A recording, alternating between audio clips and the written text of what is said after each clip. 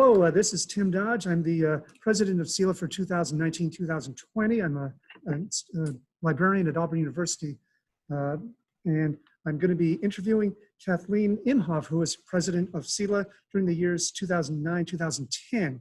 I have a series of some questions I'll be asking Kathleen. So we'll start off. Could you discuss your background in libraries?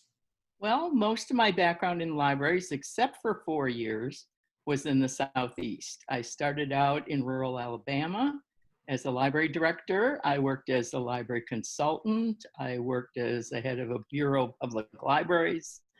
I worked as in the ninth largest library in the United States, the Broward County Library, as assistant director.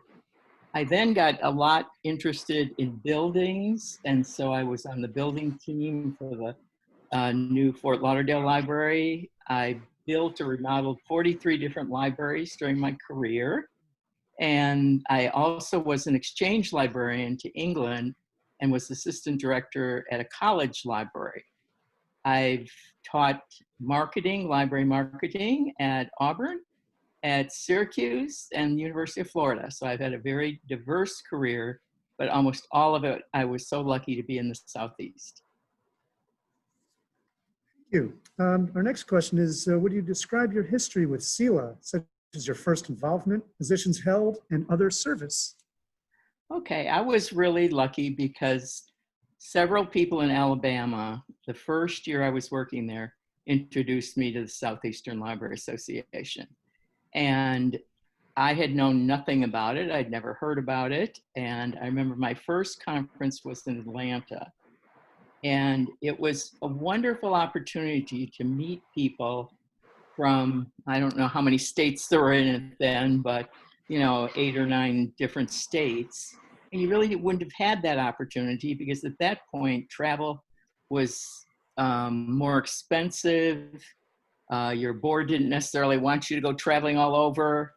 And it was a wonderful opportunity to be able to meet so many different people in different, and it wasn't by just a certain type of library, it was all types of libraries. And I think that was another important point. So I started, I won't tell you what year, but a long time ago. I several times was head of the public library section. When I was the president, the U.S. Patriot Act was a big deal.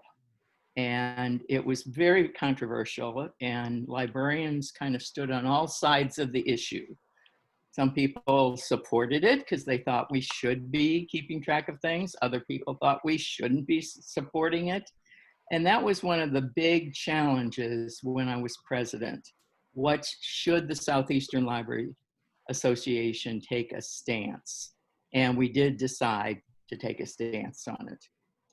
Another thing I worked hard on is that in the beginning, Southeastern Library Association meetings were separate. And as budgets became more and more tight, it was difficult to both go to your state association and the Southeastern Library Association.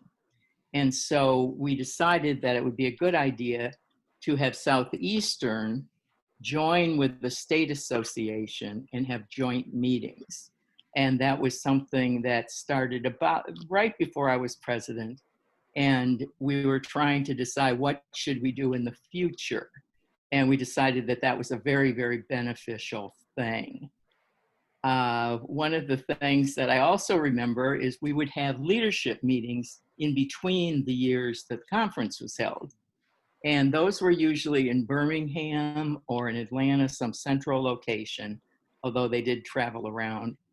And any member could come to those, and then there'd be a board meeting there also, and that's when the board did a lot of their business. I often was head of the awards committee or different awards, so I usually was on the executive board even before I became president. One of the things, and this sounds so funny, here we are doing Zoom, we're in two different places, but during the board meetings when I was president, we first used Wimba, and it was the first virtual meeting site. And I remember how anxious we all were. And Gordon Baker had set it up for us out of his college. And we were uncertain, should we try this new technology? And it really seemed to be so innovative. That was probably 2008. And it was, now we do so many more things, but I remember that being a very seminal time. And then from then on, we often had virtual meetings in addition to a lot of our meetings where we met together. Probably one of my highlights, besides being president, was when I won the Rothrock Award. That was a really special time for me. It was at a meeting that was the joint meeting with Kentucky, which made it even more special. So those are a few things I remember. I could go on, but maybe we can come back to that. Thank you. Yeah, for our next question, could you talk about your time as president of SELA? Okay. For instance, could you share any major accomplishments, initiatives, or challenges you faced while president? Okay, well, I talked about a few of those. The meeting was held in Arkansas, and that in itself was a challenge because Arkansas was one of the farthest west states, and there was big controversy about whether we should even go to Arkansas because would people come? And Arkansas really, really wanted us to come because they hadn't had a meeting there for, I think it was about 20 years. And so just getting the meeting set up was a bit of a controversy. But Arkansas Library Association, if anybody's ever been to that, is just a wonderful library association meeting. And one of the reasons is, and several of the states do this, and we did this on several of the Southeastern joint conferences, is where all the people would eat together for the events. So you're kind of you don't just go off and eat dinner with your friends or with the 3 people you came with. You meet all these other people and sit down at different tables and really have a good time being able to meet people. And so I'll never forget that Arkansas library meeting. We went to the Clinton Library, and they had arranged to rent the Clinton Library just for us. So we all got to sit in Bill Clinton's chair in the make-believe Oval Office. It was just a wonderful evening, and we were there for hours just wandering around all the exhibits and things. And that's another thing that Southeastern Library Association does, is it arranges to meet in very, very special places. We also went to the Southern Art Association that was in Little Rock. So that was another opportunity that we got to go in free. We were there with our friends. We got to spend an evening there, and it was really good. I would like to circle back around, though, to the Patriot Act, because we don't think much about it now, but at the time, it was such a big issue. And some of the southern states did not want to make any kind of statement about it. They thought they should just let it pass and let all those other libraries make a position about it. And we had several meetings, small meeting groups about it, the pros and cons, what would it mean if the Southeastern Library Association did take a stand and vote on it. And so I guess I would say that was my proudest accomplishment, because we looked at an issue that affected libraries all across the United States and people all across the United States about intellectual freedom. And the association decided it was an important enough thing to create a statement and to have a position on it. Thank you. For our next question, as you gaze into your crystal ball, what advice do you have for SELA to remain relevant for the next 10, 25, or 50 years? Well, I kind of laughed at this question because I can't imagine ever crystal balling out for 50 years. So I decided to pick 10 years and look at what Southeastern could do. There's been ups and downs over the 100 years of SELA. It's Some years it's really, really strong. There's many, many members. Other times it kind of wanes. But it has been a constant thread in the Southeast. And I think it's because people do think it's important. And I was trying to think, what was the one most important thing that I felt would continue in the 10 years? And I think cooperation and sharing as we redefine libraries, which we're going to have to do in this pandemic environment. You know, what our library is going to be in the future. You know, if you can't come in, if you've got to be careful about coming in, if only a certain number of people can come in, you know, that's going to be a challenge in the next couple years. We hope only a couple years. But I think over the years, the big strength of Southeastern, and I think it will continue, is the ability to get to know other people. So you can just pick up the phone, get on a Zoom call with them, you know, and find out what they're thinking, what they're doing in their state, in their library. And people are so cooperative and willing to help. And I think that will continue. Then, so both the sharing of resources, the cooperation, and then networking between the states. I know when I would mentor a lot of younger librarians, and they would talk about, well, what should I do as far as making, you know, going ahead and increasing my professionalism? And I would urge them to belong to their state organization. And then I would say, if you have a choice between going to ALA or going to Southeastern, go to Southeastern first, because you're going to meet people there and become aware of the various issues, and in a much smaller environment. And those connections that you make there will be connections that you'll carry on probably throughout your whole career.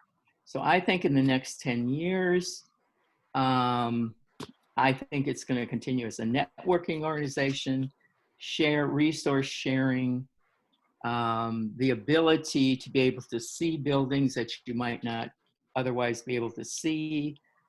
I just think that's what's going to happen, and I don't want to try to project between 25 and 50 years. Thank you. We actually now are at our last question. Do you have any other comments or stories about SELA that you would like to share? Oh, I do.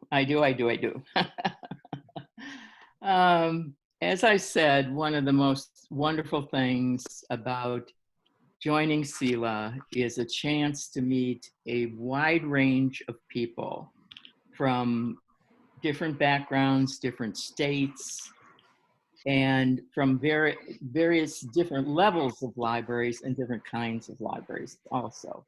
And they aren't as segmented as they are at ALA. In ALA, you go to the meetings that are all public libraries, they're all academic libraries.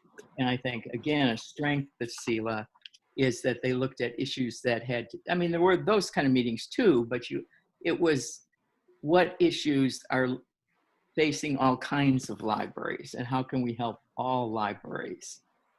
I know many years, and the year that I was president, you know, we had the president of the American Library Association as a speaker. We had the president of the Public Library Association. We had the head of the Friends of the Library USA. I think there were 7 national speakers that were at that particular meeting. And it was a chance for Southern libraries to demonstrate the best of Southern librarianship. And so I think we spread the message about the important things that are happening in libraries in our area, because people from all over the country had a chance to come and visit some, because we always would have a meeting at the library also. And so they'd have a chance to see maybe the new academic library, the new public library, go on a tour of libraries, things like that. So I think that was an important thing too. But some of the things I remember most are some of the grand places we met. We met at the Jekyll Island Club at least twice over the time, and if anybody's ever been there, It is just a magnificent place. And we would have the whole place to the Southeastern Library Association. My very last Southeastern Library Association meeting I met at was at the Greenbrier. Well, I couldn't probably ever afford to go to the Greenbrier otherwise, but that was a really wonderful meeting with the West Virginia Library Association. And so it gives you an opportunity to see some of these very special places. We met in Opryland. And I remember having a party, a SELA party, in one of the suites in big open windows overlooking these carolers that were the Opryland carolers that were caroling, because we had the meeting the first week in December. And if you ask a lot of the people who've been in the association for a long time, one of the things they'll talk about is the SELA parties. We were well known for our parties. And again, it's another opportunity to get to know people. And I can remember carrying on suitcases. I would usually do a chocolate party, and I'd bring all the handmade chocolates from wherever I happened to live at the time. And it was just another opportunity for the people from that state library association to get to know SELA people too. But probably the thing I will remember the most is I was made duck master at the Peabody Hotel. And I got to come down the elevator with the ducks. I got that little duck leading thing, and those ducks followed me out into the pond. And I've never been a duck master before, and I probably never will be, but there were all the Southeastern people cheering on me, leading these ducks. So I would like to kind of end up with, what do I think the word SELA stand for? Okay, I give the S, Southern graciousness. Every single person, we've met over the years really exemplifies the spirit of Southern graciousness. So that's S. E is energizing. I have never gone away from an SELA conference that I wasn't energized and had at least 15 new ideas that I wanted to try back at my library and tell other people about. So that's the E, energizing. The L, leadership. I didn't really talk about the leadership conferences that we would have. And those were really good, particularly in early years of librarianship where there weren't that many other leadership conferences. So the fact that for very little, very inexpensively, you could come to, usually it was Atlanta or Birmingham. I remember many at the Birmingham University Library.